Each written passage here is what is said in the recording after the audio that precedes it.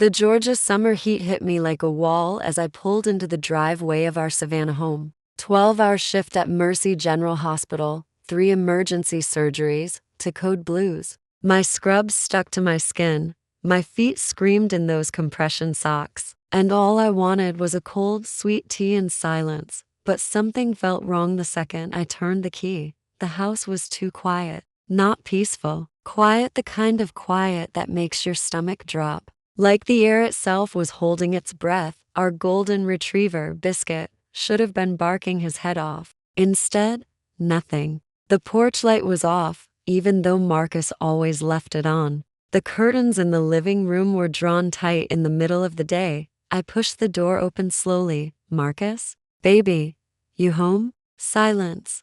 Then I heard it. A sound that didn't belong in my house. Low, breathy, intimate. A woman's giggle. Then a man's voice, my husband's voice, saying something I couldn't make out. My medical training kicked in. Heart rate elevated. Pupils dilated. Fight or flight response. But my feet moved forward anyway, like I was watching someone else walk through my own life. The living room looked normal. Marcus's Falcons jersey on the couch. My nursing textbooks on the coffee table. The framed photo from our 25th anniversary trip to New Orleans, both of us grinning on Bourbon Street, but the sounds were coming from our bedroom.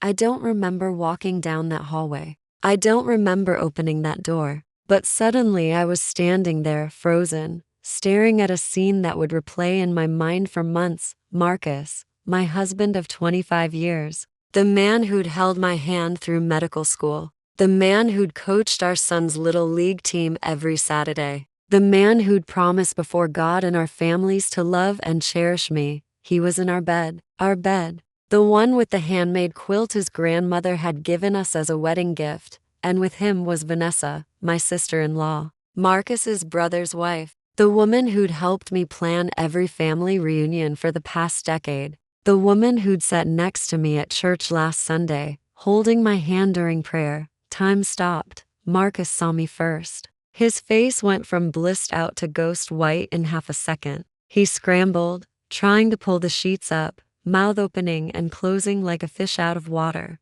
Nia, baby, wait. This isn't. Vanessa turned, and for a split second, I saw something in her eyes that wasn't shame. It was defiance. Like she'd been waiting for this moment. Like she'd won something. Nia, she said, her voice steady in a way that made my blood run cold. We need to talk about this like adults. Like adults. I'd just walked in on my husband sleeping with my sister-in-law in my own bed, and she wanted to talk like adults. Something inside me cracked. Not broke, cracked. Like the sound of ice on a frozen lake right before it gives way. I didn't scream. Didn't cry. Didn't throw anything. I just stood there, my nurse's brain cataloging every detail with clinical precision. The way Vanessa's dress was draped over my reading chair. The smell of her perfume mixing with the lavender linen spray I'd used that morning. The half-empty bottle of wine on my nightstand the good Merlot Marcus and I were saving for our anniversary next month.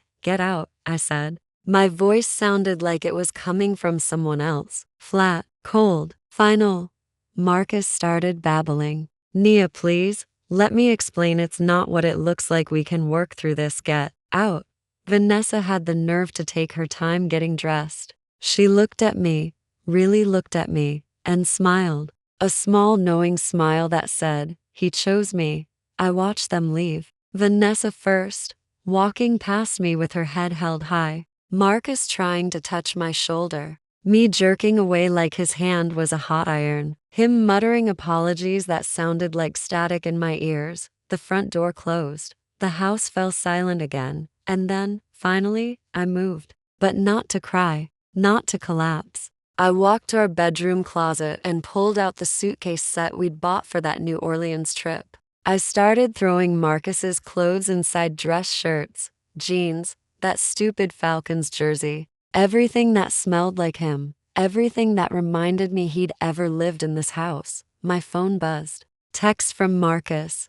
Baby, please. It was a mistake. I love you. Come on now. Delete. Another text from Vanessa. I'm sorry you had to find out this way. But Marcus and I, We have something special. You should know that. Something special. I stared at those words until they blurred. Then I blocked her number. Then I blocked his number. Then I sat on the edge of the bed. No, not the bed. That bed was contaminated. I sat on the floor in the hallway, my back against the wall, still in my scrubs, still smelling like antiseptic and exhaustion, and I didn't cry. Maybe I was in shock. Maybe the tears were trapped somewhere too deep to reach. Or maybe, somewhere in the chaos of my mind, a cold, clear voice was already whispering, "You're not going to be a victim. You're going to be a warrior." My phone buzzed again. This time it was Devin, my 18-year-old son, home from his first semester at Morehouse College. "Mom, where are you? I came by the house and Dad's car is gone. He left his stuff all over the porch." "What's going on?" I stared at the text. My baby boy, my brilliant, sensitive son, who looked at Marcus like he hung the moon. How was I supposed to tell him? But before I could respond, another text came through. "Mom, I need to talk to you. Alone. It's about Dad. I know something." My heart stopped. He knew something. I met Devin at Rosie's Diner, the little hole in the wall spot near Morehouse where we used to get breakfast before his debate tournaments. The smell of fried chicken and waffles usually made me smile, but today my stomach was a knot of barbed wire. Devin was already in a back booth, hunched over his phone. When he looked up, I saw it, the weight in his eyes. The same look I'd seen in the mirror an hour ago. He wasn't my little boy anymore. "Sit down, Mom," he said quietly. I slid into the booth. The vinyl squeaked. A waitress came by, but Devin waved her off. "I need to show you something," he said, pulling out his laptop. "But first, I need you to promise me you won't freak out." "Devin, what promise me?" I nodded, even though my hands were already shaking. He opened a folder on his desktop labeled Dad's Laptop SEP 2024. Then, he clicked through a series of screenshots, emails, text, messages, photos, all of them between Marcus and Vanessa. "I found these 3 months ago," Devin said, his voice tight. "Dad asked me to help him back up his old laptop before he traded it in. He thought he'd cleared everything, but I used a recovery program for a computer science project. Found all of this." The messages were worse than I'd imagined. Marcus to Vanessa. "She's always at the hospital. Doesn't even notice me anymore. You make me feel alive again." Vanessa to Marcus. "I can't wait until we don't have to hide. Until it's just us." Marcus to Vanessa. "After her conference in Atlanta next month, we'll tell everyone. We'll start fresh. Maybe move to Charleston." They'd been planning this for months, while I was pulling double shifts to keep us afloat, while I was cooking Sunday dinners for the whole family, while I was believing in my marriage. They were planning my replacement. "I didn't know how to tell you," Devin said, his voice cracking. "I thought maybe I was wrong. Maybe Dad would stop. But then you called tonight, and I knew." I reached across the table and grabbed my son's hand. He was crying now, silent tears rolling down his cheeks. "It's not your fault," I said firmly. "None of this is your fault. But I should have told you sooner. No, you were protecting yourself. That's okay. But now," I squeezed his hand tighter. "Now we protect each other. And we make sure they don't get away with this." Devin looked up, surprised. "What do you mean?" I smiled. It wasn't a happy smile. It was the smile of a woman who just realized she held all the cards. "I mean, we're going to be smart about this. Strategic. Your father thinks I'm going to fall apart. Thinks I'll beg him to come back. But he's wrong." I pulled out my phone and opened a notes app. "First, I need you to send me everything from that folder. Every email, every text, every photo. Then we're going to talk to a lawyer. A good one." "Mom, are you going to divorce him?" I met my son's eyes. "Baby, your father ended this marriage the moment he brought that woman into our bed. I'm just going to make it official." "What about Aunt Vanessa?" "She's not your aunt anymore. She's just Vanessa now. And she's about to learn what happens when you betray a Black woman who survived medical school, residency, and 25 years of marriage. Devin laughed, a short, bitter sound. You sound scary, Mom. Good. I should. That night, I checked into the Peachtree Plaza Hotel downtown. Not because I couldn't stay in my own house, I could have. But I needed space. Needed to think without the ghost of Marcus and Vanessa haunting every room. The hotel room was sterile and impersonal. Exactly what I needed. I spread everything out on the desk. The emails Devin had sent, printouts of text messages, bank statements I'd pulled from our joint account. Marcus had been withdrawing hundreds of dollars over the past few months with vague labels like business, dinner, and client meeting. All of it went to hotels, restaurants, even a jewelry store. A jewelry store. I clicked through the credit card statement until I found it.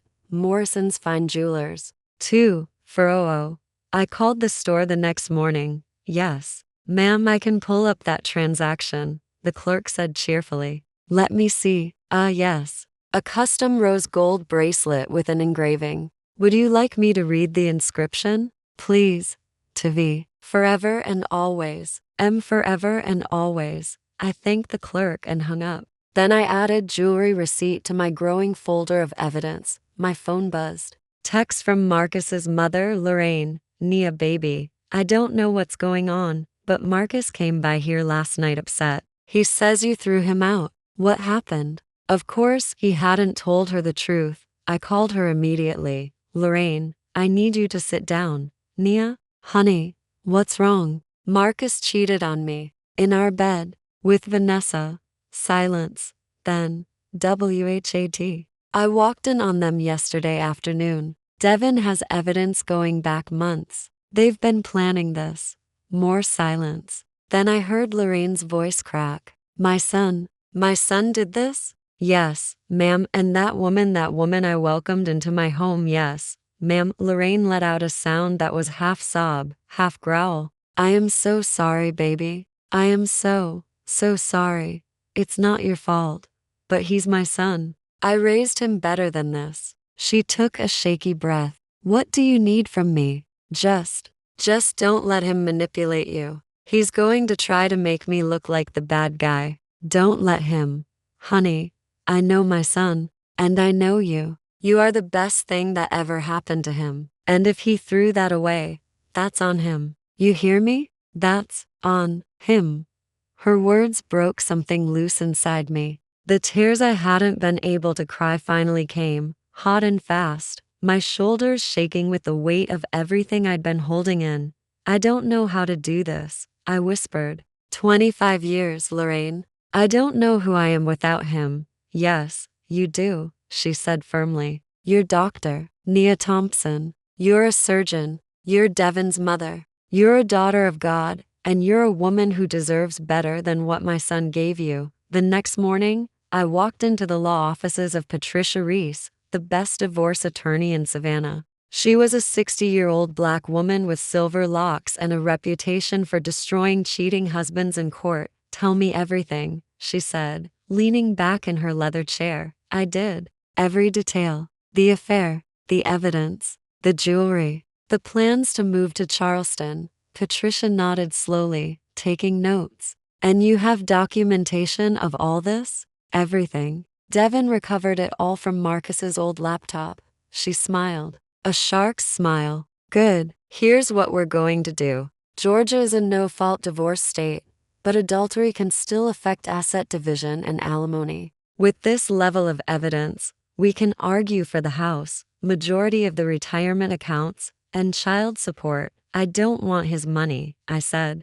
I want him to face what he's done. Oh, honey, Patricia said, leaning forward. Taking his money is making him face what he's done. Trust me.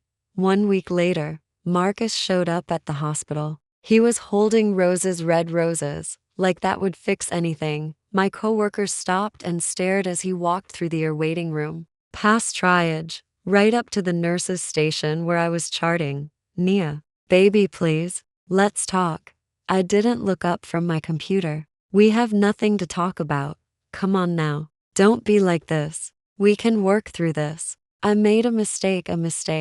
I finally met his eyes. A mistake is forgetting to pick up milk. A mistake is leaving the lights on. What you did was a choice. Multiple choices. For months, people were watching. Now, other nurses, patients, even Dr. Harrison, my attending, had paused mid-stride to observe. You're embarrassing me, Marcus hissed. I'm embarrassing you? I stood up, and suddenly I didn't care who was watching. You slept with my sister-in-law in our bed, and I'm embarrassing you? He tried to grab my arm. Keep your voice down, don't touch me.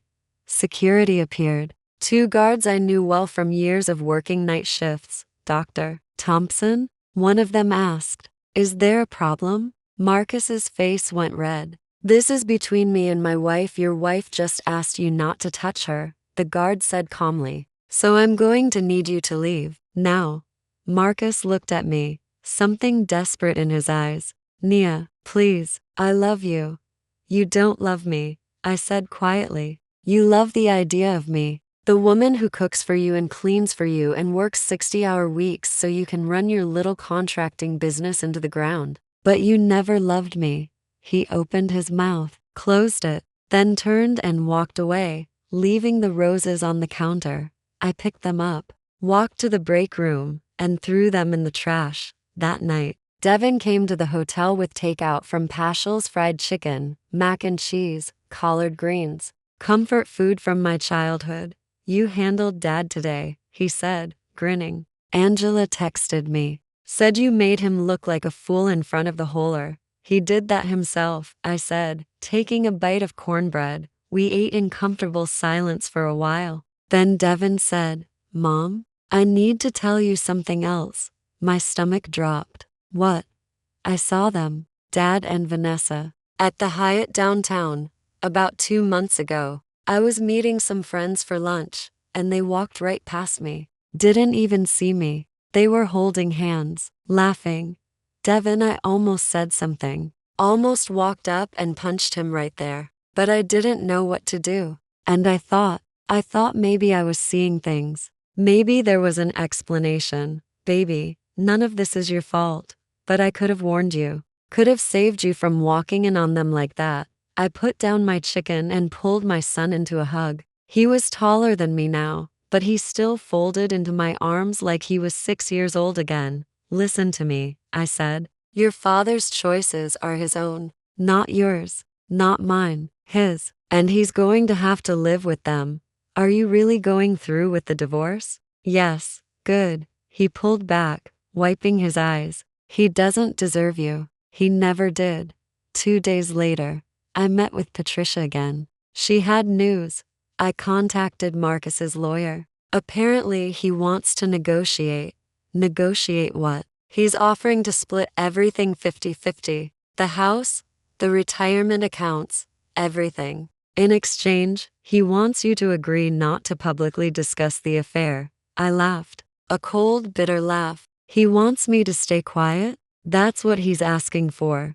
No, Nia, no. He doesn't get to control the narrative. He doesn't get to pretend this didn't happen. Patricia smiled. I was hoping you'd say that. In that case, I have a different proposal. She slid a document across the desk. Post-nuptial agreement. He signed it for years ago when you were considering buying the clinic. It states that in the event of infidelity, the wronged party retains full ownership of all marital assets. I stared at the paper. I forgot about this. He did too, apparently. His lawyer was very surprised when I brought it up. So this means the house is yours. The retirement accounts are yours. His business debts are his. And you can tell whoever you want about why the marriage ended. For the first time in 2 weeks, I felt something like hope. The next Sunday, I went to church. Not our usual church, I couldn't face those people yet, but a small Baptist church in West Savannah, where nobody knew me. I sat in the back pew, listening to the choir. The pastor, an elderly woman with kind eyes, preached about rebuilding after devastation. Sometimes, she said, God has to tear down everything you thought you knew so he can build something better. And it hurts. Lord knows it hurts. But on the other side of that pain, there's freedom. There's strength, there's joy. I felt the tears coming again, but this time I let them fall. After the service, The pastor found me in the parking lot.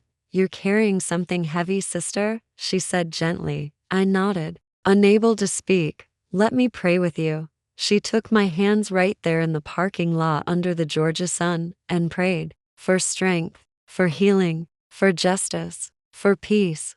When she finished, I felt lighter, not fixed, not whole, but lighter. Thank you, I whispered. Come back next week, she said. You're always welcome here. Marcus kept trying. Phone calls, texts, showing up at the hospital, sending his mother to talk to me. But I was done. Patricia filed the divorce papers 3 weeks after I'd walked in on him. Georgia required a 30-day waiting period, so we had a month before the court date. In that time, I focused on work, double shifts, extra surgeries, anything to keep my mind occupied. Devin moved back home from his dorm to keep me company. We fell into a routine. I'd come home exhausted, and he'd have dinner ready. We'd watch old movies, play spades, talk about everything and nothing.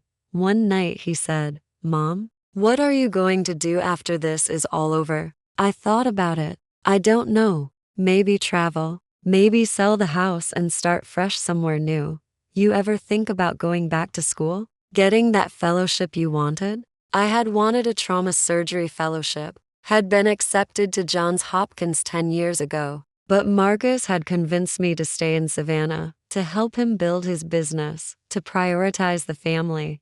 I could still apply, I said slowly. Devin grinned. You should. Show Dad what he lost. The divorce hearing was anticlimactic. Marcus's lawyer tried to argue against the post-nuptial agreement, but Patricia destroyed every argument with cold precision. The judge awarded me the house, the retirement accounts, and full custody of any future decisions regarding family assets. Marcus walked away with his failing business and a reputation in shambles. He tried to talk to me after the hearing, but I brushed past him without a word. Outside the courthouse, Devin was waiting. He pulled me into a hug. It's over, he said. No, I replied, smiling for the first time in weeks. It's just beginning. 3 weeks after the divorce was finalized, Marcus started his campaign to win me back. It started small. A text message. I miss you. Can we talk? Delete.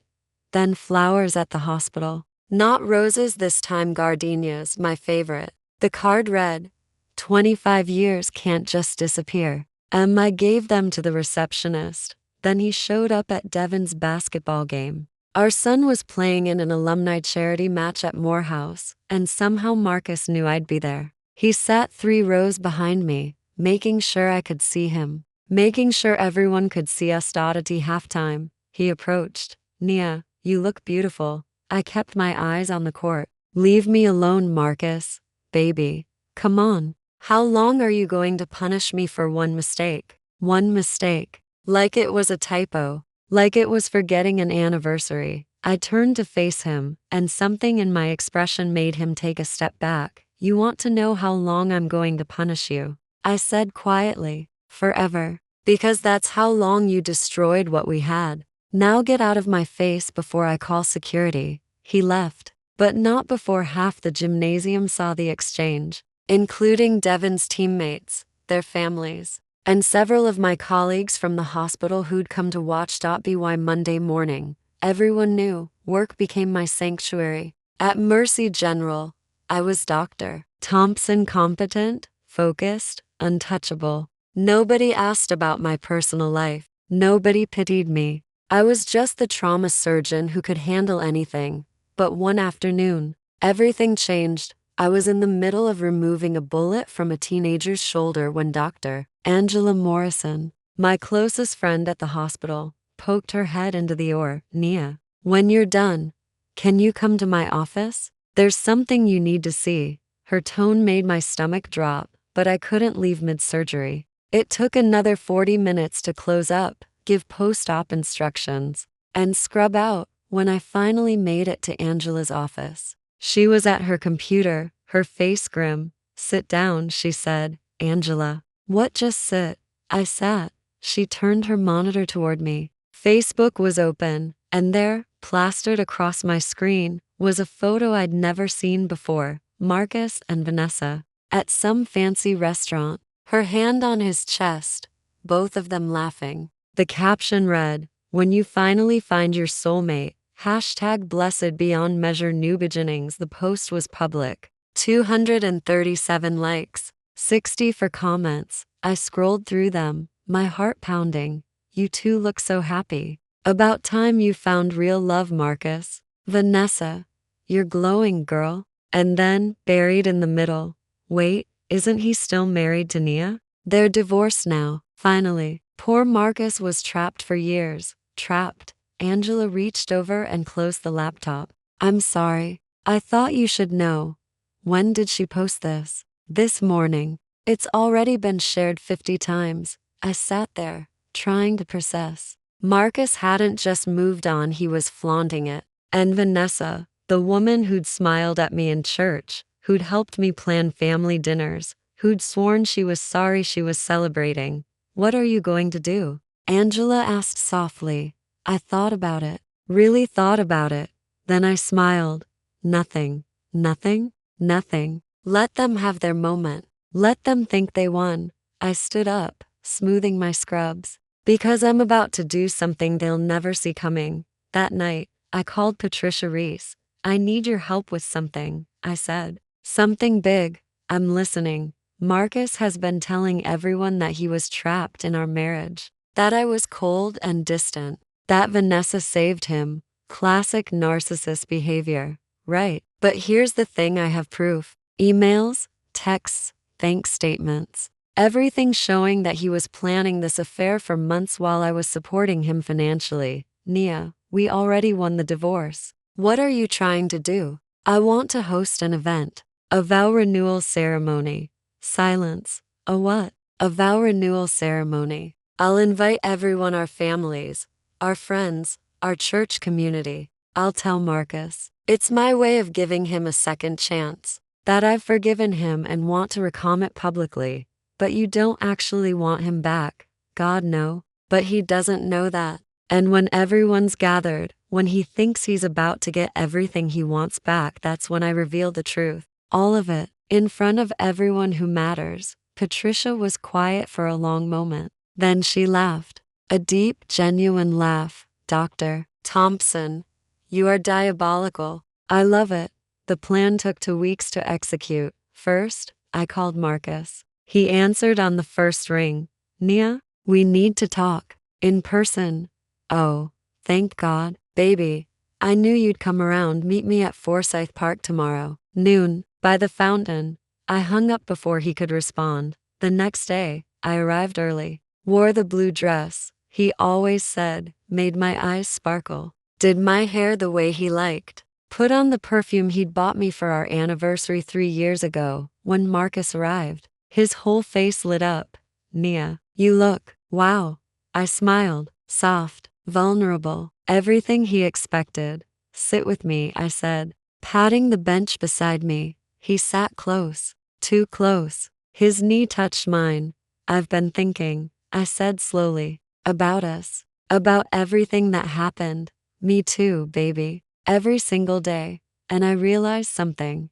I turned to look at him, letting him see the emotion in my eyes. 25 years is a long time. We built a life together. We have a son together. Maybe we owe it to ourselves to try again. His eyes widened. Are you serious? I'm serious. But I held up a hand. If we're going to do this, we have to do it right. No more secrets. No more lies. Everything out in the open. Absolutely. Whatever you want. I want a vow renewal ceremony. In front of our families, our friends, everyone who witnessed our first wedding. I want us to stand before God and recommit to each other. Marcus grabbed my hands. Yes, yes. Oh my God, Nia, you don't know how happy this makes me. There's one condition. Anything. Vanessa has to be there. He froze. What? If we're going to move forward, we need to face what happened. She needs to hear us recommit. She needs to see that we're choosing each other. I could see him calculating, weighing the risk against the reward. Okay, he finally said. Okay, if that's what you need. I hugged him. Let him hold me. Let him think he'd won. The invitations went out 3 days later. You are cordially invited to witness the vow renewal of Marcus and Nia Thompson. Join us as we celebrate love, forgiveness, and new beginnings. I invited everyone. Marcus's family, my family, our church, his business partners, my colleagues from the hospital, Devin's friends, even the neighbors. And I made sure Vanessa got an invitation too. Angela pulled me aside at work. Are you sure about this? Completely. But what if Marcus figures it out? He won't. He's too arrogant. He thinks I'm weak, that I need him. He'll never see it coming. Devin wasn't on the plan, of course. He was the one who suggested hiring a videographer for the memories, Mom, who just happened to be his film major roommate. This is genius, Devin said, grinning. Dad's going to lose his mind. That's the idea. The ceremony was scheduled for Saturday evening at the Savannah Garden Club, a beautiful venue with Spanish moss hanging from the oak trees and a gazebo overlooking the river. I spent the morning getting ready. Professional makeup, hair in elegant curls, a white dress, not a wedding gown, but clothes enough to make a statement. When I looked in the mirror, I saw a woman who'd been through hell and come out stronger. Angela arrived to help me finish getting ready. You look incredible, she said. And terrifying. Marcus is going to regret every bad decision he ever made. That's the plan. At 5 p.m., guests started arriving. I watched from the upstairs window as cars pulled into the parking lot. Marcus's mother, Lorraine, looking confused but hopeful. My cousins from Atlanta, the Johnsons from church, Dr. Harrison from the hospital, and then at 5:45, Vanessa's car pulled up. She stepped out wearing a black dress, mourning clothes. She knew what this was, but Marcus didn't. He arrived at 6 sharp, wearing the suit I'd bought him for our 20th anniversary. He was beaming, practically glowing with confidence. Lorraine grabbed him immediately. Marcus, what's going on? Is this real? It's real, Mama. Nia and I are working things out. But what about? She glanced at Vanessa, who was standing alone near the back. What about her? That's over. Nia's the one I want. Always has been. I watched this exchange from the balcony, my heart cold and steady. At 6:30, the ceremony began. The guests took their seats in neat rows facing the gazebo. Marcus stood at the front with the officiant, a justice of the peace I'd hired for the occasion. Music played, something soft and romantic, and then I walked down the aisle. Every eye turned to me. Whispers rippled through the crowd. She looks beautiful. I can't believe she's giving him another chance. That's real love right there. Marcus watched me approach, tears in his eyes. When I reached him, he took my hands. You are the most incredible woman I've ever known, he whispered. I smiled. The officiant began. We are gathered here today to witness the renewal of vows between Marcus and Nia Thompson. But I wasn't listening. I was watching the crowd, watching Vanessa's face go pale, watching Lorraine dab her eyes with a tissue, watching Devin give me a barely perceptible nod from his seat in the front row. Marcus, the officiant said, do you take Nia to be your wife? To love, honor, and cherish? Wait, I said. Everyone froze. I turned to face the crowd, still holding Marcus's hands. Before we continue, I said clearly, my voice carrying across the garden, I need to share something with everyone here. Marcus's face went confused. Nia, what are you? I let go of his hands and pulled a folded stack of papers from my bouquet. These, I said, holding them up, are printouts of text messages between my husband and Vanessa Carter, his sister-in-law, my friend. They detail an affair that lasted 8 months, an affair that included plans to leave me, take half of everything I'd worked for, and start a new life in Charleston. Gasps rippled through the crowd. Marcus's face went white. Nia, what are you doing? I'm telling the truth, something you've never been very good at. I turned to the crowd again. Marcus told people I was cold, distant, that I trapped him in a loveless marriage. But the truth is, I worked 60-hour weeks to keep us afloat while he ran his business into the ground. I cooked, cleaned, raised our son, and loved this man with everything I had. Vanessa stood up, her face red. You don't understand, sit down, I said coldly. I'm not done, she sat. I didn't come here to humiliate you, Marcus. I came here to show everyone who you really are. You want to be the victim? Fine, but you don't get to rewrite history. You don't get to pretend you're the good guy. I handed the papers to the officiant. These are yours to read if you'd like, or burn. I don't care anymore. Then I turned back to Marcus. His eyes were wild, desperate. I brought you here because I wanted you to feel what I felt that day I walked into our bedroom. Shock, betrayal, humiliation, in front of everyone you care about. Nia, please no, no more pleases. No more second chances. You made your choice, and now you get to live with it. I picked up my bouquet, turned to the crowd, and said, thank you all for coming. There's no reception, but the bar is open. Enjoy. Then I walked down the aisle, through the shocked silence, and out into the parking lot. Behind me, I heard chaos erupt, shouting, crying, Lorraine's voice. Marcus, what have you done? But I didn't look back. Devin caught up with me at my car. Mom, that was the most badass thing I've ever seen. I laughed. For the first time in months, I laughed until tears streamed down my face. Come on, I said, unlocking the doors. Let's get barbecue. The fallout was immediate. By Monday morning, the video of the ceremony, professionally filmed, as planned, had been shared across social media. Not by me, by guess who'd recorded it on their phones. Marcus became a pariah overnight. His business lost clients. His friends stopped calling. Even his own mother was barely speaking to him. Vanessa left town. I heard through the grapevine that she'd moved to Florida to stay with family. And me? I went back to work, back to my life, back to being Dr. Nia Thompson. But something had changed. I wasn't the same woman who'd walked into that bedroom 3 months ago. I was stronger, clearer, unbreakable. One evening, Angela and I were having drinks at our favorite wine bar. So what now? She asked. You thinking about dating? I laughed. God, no. I'm thinking about me, about what I want. And what do you want? I want to apply for that fellowship at Johns Hopkins, the one I gave up years ago. Angela's eyes widened. Seriously? Seriously. I'm 48 years old. I've spent half my life taking care of other people. Maybe it's time I take care of myself. Nia Thompson, trauma surgeon extraordinaire, Angela said, raising her glass. Baltimore better watch out. We clinked glasses, and for the first time in years, I felt free.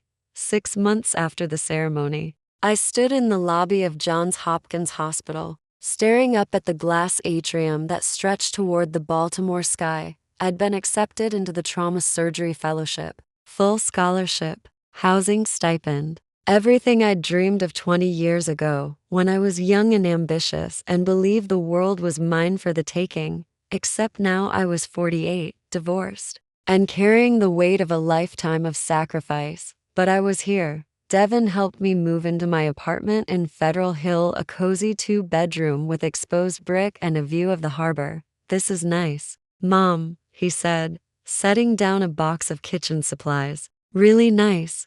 You think so? I know so. You deserve this. We spent the afternoon unpacking, ordering pizza, and laughing about the chaos of the move. When the sun started to set, Devin pulled me onto the balcony. Look at that, he said, pointing at the water. Boats drifted by, their lights reflecting on the surface. This is your fresh start, Mom. No Marcus. No drama. Just you. I squeezed his hand. Just me. The fellowship was brutal. 18-hour shifts, high-stakes surgeries, constant learning. But I thrived. My attending doctor, Rebecca Chen, was a force of nature, brilliant, demanding, and unapologetically ambitious. You're good, Dr. Thompson, she said, after I'd successfully repaired a ruptured aorta. Better than good. You've got instincts most surgeons never develop. Thank you. How old are you? 48. She nodded approvingly. Most people would have given up by now. Stayed comfortable. You didn't. That says something. I called Devin every Sunday. He was thriving at Morehouse, planning to go to law school after graduation. Mom, guess what? I got an internship with the Knock Legal Defense Fund, Devin. That's incredible. I know, right? I'm thinking civil rights law. Maybe work on police reform. My heart swelled with pride. Your grandmother would be so proud. She'd be proud of you too, Mom. You know that, right? I did. One evening, I got a message from an unknown number. Nia, it's Marcus. I know you probably don't want to hear from me, but I need to tell you something. I'm sorry for everything. You deserved better. I stared at the message for a long time, then I deleted it, not out of anger, not out of bitterness, but because I didn't need his apology anymore, his validation, his anything. I'd already moved on. Baltimore became home. I found a church, a small AME congregation where the pastor preached about resilience and grace. I joined a book club, started running along the inner harbor at sunrise, and slowly, quietly, I became myself again, not Marcus's wife, not Devin's mother, just Nia. One Saturday morning, Angela called. Girl, you need to check Facebook. Why? Just do it. I opened the app, and there it was. Marcus's business had filed for bankruptcy. Vanessa had posted about starting over as a single woman finding herself. They'd imploded without me. Angela's voice came through the phone. How does it feel? I thought about it, really thought about it. It doesn't feel like anything, I said honestly. They're not my problem anymore. Damn, Nia. That's growth. It was. 2 years into my fellowship, I received an offer from Johns Hopkins to join their trauma team full-time. Attending physician, 6-figure salary, my own research lab. I said yes, without hesitation. Devin flew up for my first day. We celebrated at a waterfront restaurant, toasting with champagne. To Dr. Nia Thompson, he said, trauma surgeon, survivor, badass. I laughed. I'll drink to that. I never remarried, never even dated. Not because I was scared or bitter, but because I didn't need to. I'd spent 25 years building my identity around someone else. Now I was building it around myself, and it felt good. 5 years after I left Savannah, Lorraine called. Nia, it's me. Lorraine, how are you? I'm okay. I wanted you to know. Marcus got remarried. Some woman he met at a conference. Good for him. You don't sound upset. I'm not. I hope he's happy. I really do. There was a long pause. Then Lorraine said softly, you were always too good for him, you know. I know. But it took me a long time to believe it. Today, I'm 53 years old. I run the trauma department at one of the best hospitals in the country. I mentor young doctors. I publish research. I travel. And when I look back at that day, I walked into my bedroom and found Marcus with Vanessa. I don't feel pain anymore. I feel gratitude. Because that betrayal, that earth-shattering, soul-crushing moment was the push I needed to reclaim my life. To all the women reading this, you are not defined by who hurt you. You are defined by how you rise. And trust me, you will rise.